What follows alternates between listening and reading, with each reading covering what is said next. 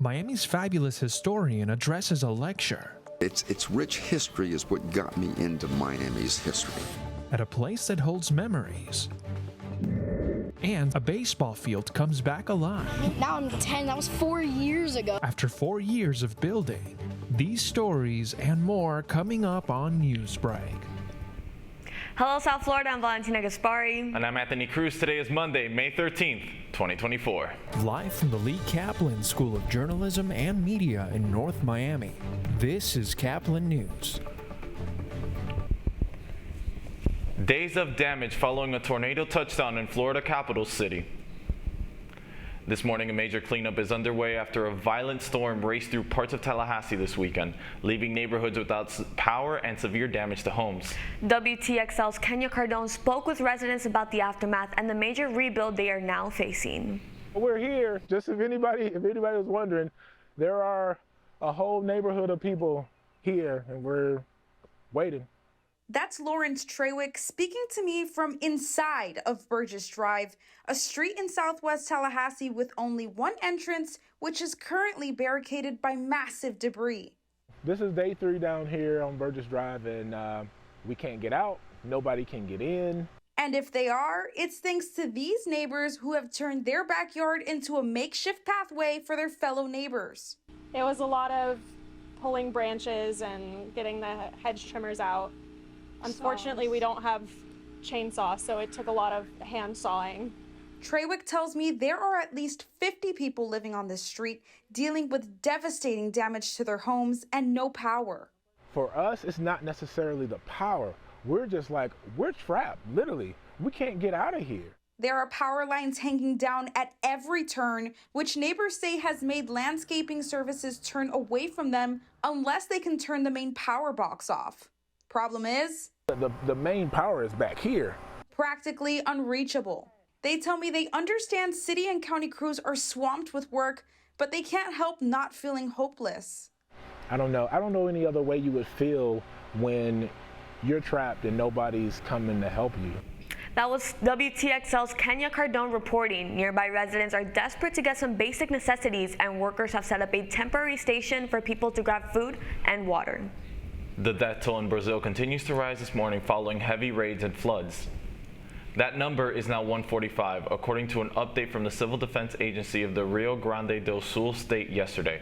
Various household debris litter the flooded streets and power lines fell over homes. More rain and damaged infrastructure are expected in the state today. Cameras there this morning as Michael Cohen departed for the courtroom for the trial of former President Trump.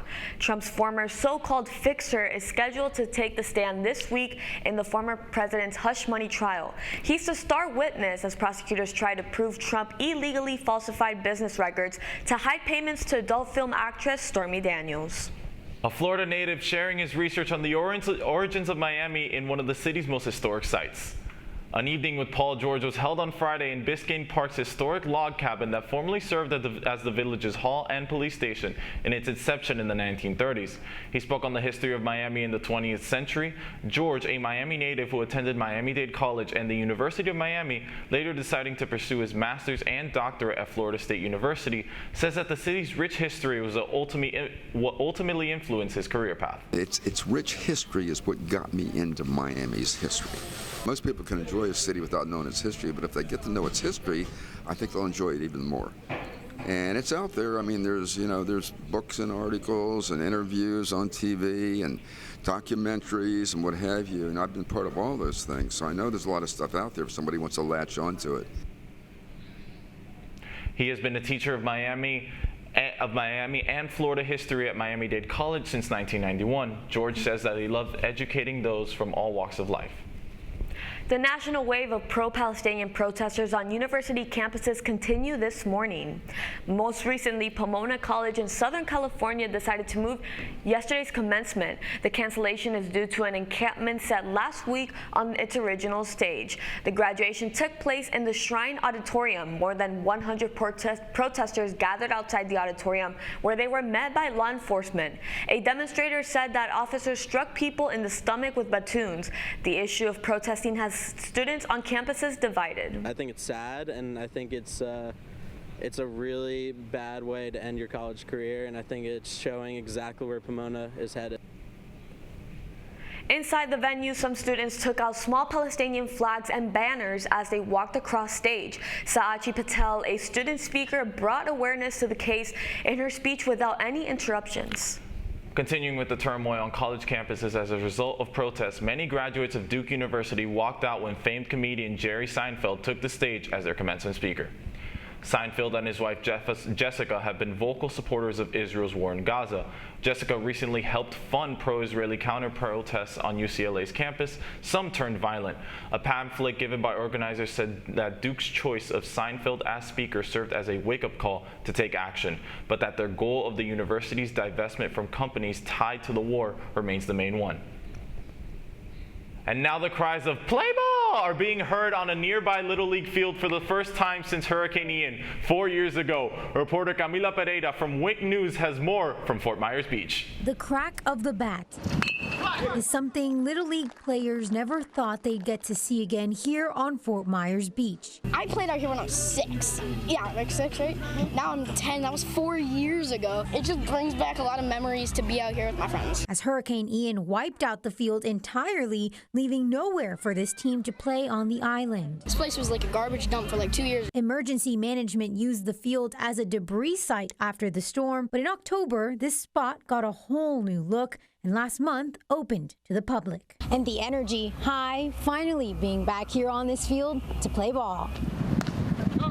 While the Fort Myers Beach Little League didn't play on Saturday, seeing teams play out on the field made them smile, knowing they'll be back again. It's important to us because we've been playing for a long time, and we connect with each other by this in our school too. So it's fun playing this with each other. This brings a little bit of normalcy back to our island. You know, we've been displaced for a couple years. Our kids were displaced in school. Our Little League's been displaced. And it takes time after being impacted the way we were impacted. But, you know, this is a good step in the right direction. That was Camila Pereira from Wink News. While the field is back and open for future games, the league says that it is always accepting donations to help continue the rebuild. A hard-hitting game between the Panthers and the Bruins, and the Cats try to claw their way closer to the Eastern Conference Finals. That's still ahead, and so is the story. And he sends this one high in the air, deep out towards center to give the Marlins the lead. To try and beat the team with the best record in baseball, it will take all 9 innings and then some. Newsbreak will be back in just 2 minutes.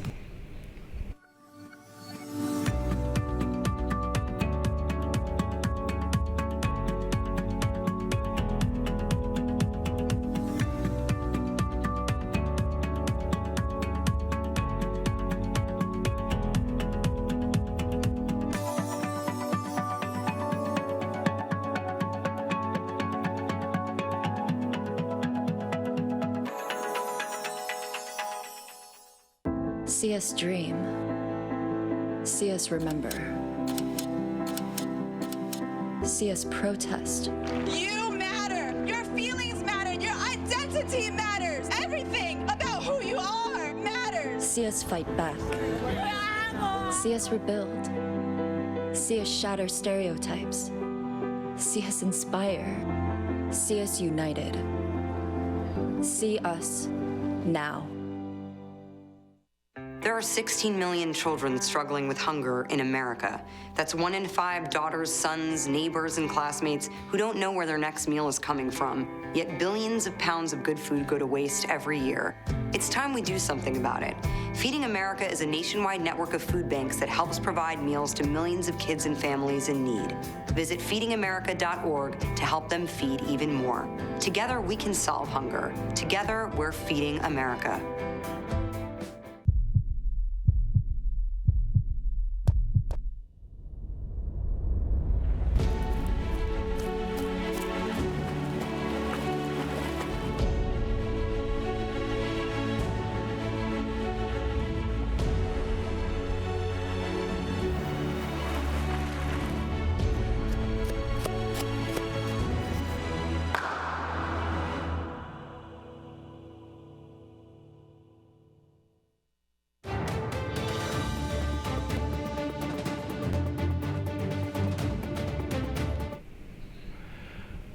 The Marlins headed to extra innings playing against the team with the best record in baseball in a rematch of the National League wild card.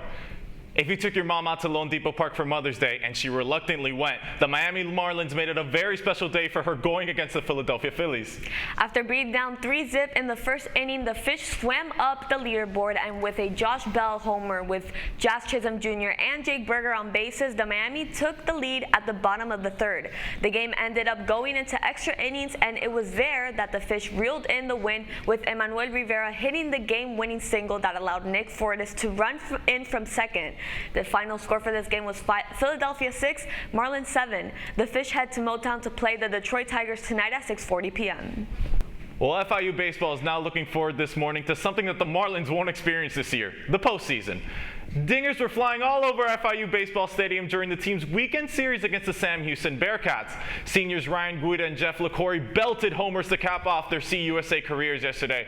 The Panthers' pitching would be their Achilles heel, though, especially with the firepower brought by Bearcats catcher Walker Yannick, who's a top 50 prospect for the 2024 MLB Draft. The final score was Bearcats 10, Panthers 6. The Panthers closed out the year 1-8 in their conference. They will rematch against Miami on Tuesday in their final game before the CUSA tournament.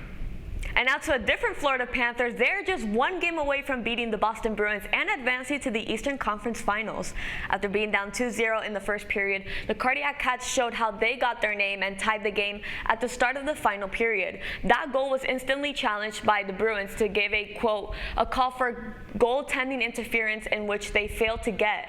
The Panthers put the puck in the back of the net in what would eventually be the game-winning shot by Alexander Barkov. The final score was Panthers 3, Boston 2. The Panthers come back home to play in a potential final game of the series against Boston tomorrow at 7 p.m. You're watching Newsbreak. Don't go anywhere. We're coming right back. How prepared is your family if a tornado shows up at your doorstep, or a flood, or a hurricane? You can't just turn away a natural disaster. That's why it's important to go to ready.gov/plan now. It has the tools and tips you need to make an emergency plan with your family. So if disaster comes knocking, let's go. You'll be ready to help keep your family safe. It's just a pizza. Yes. Make a plan today. FIU wasn't really my first choice, but, you know, I grew up wanting to be a Hurricane, but that didn't work out, so I'm here now, I guess. Hey, man. Your shoes untied. Thank you, bro. Yeah, no problem. Should have done that against Georgia Tech.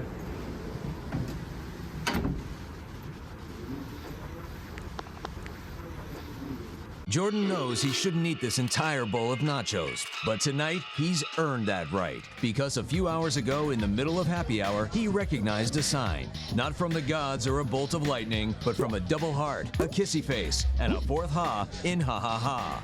That's when Jordan knew he was buzzed. So when it was time to go, he got a ride home instead of driving. Be a legend like Jordan. Recognize your buzzed warning signs and get a ride home. Buzz driving is drunk driving.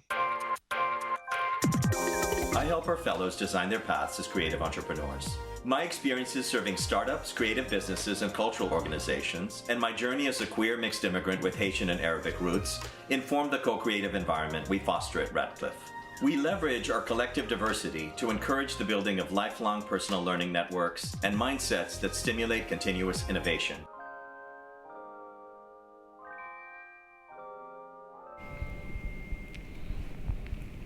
That's all the time we have for Newsbreak. I'm Anthony Cruz. I'm Valentina Gaspari. Get more news anytime at caplinnews.fiu.edu.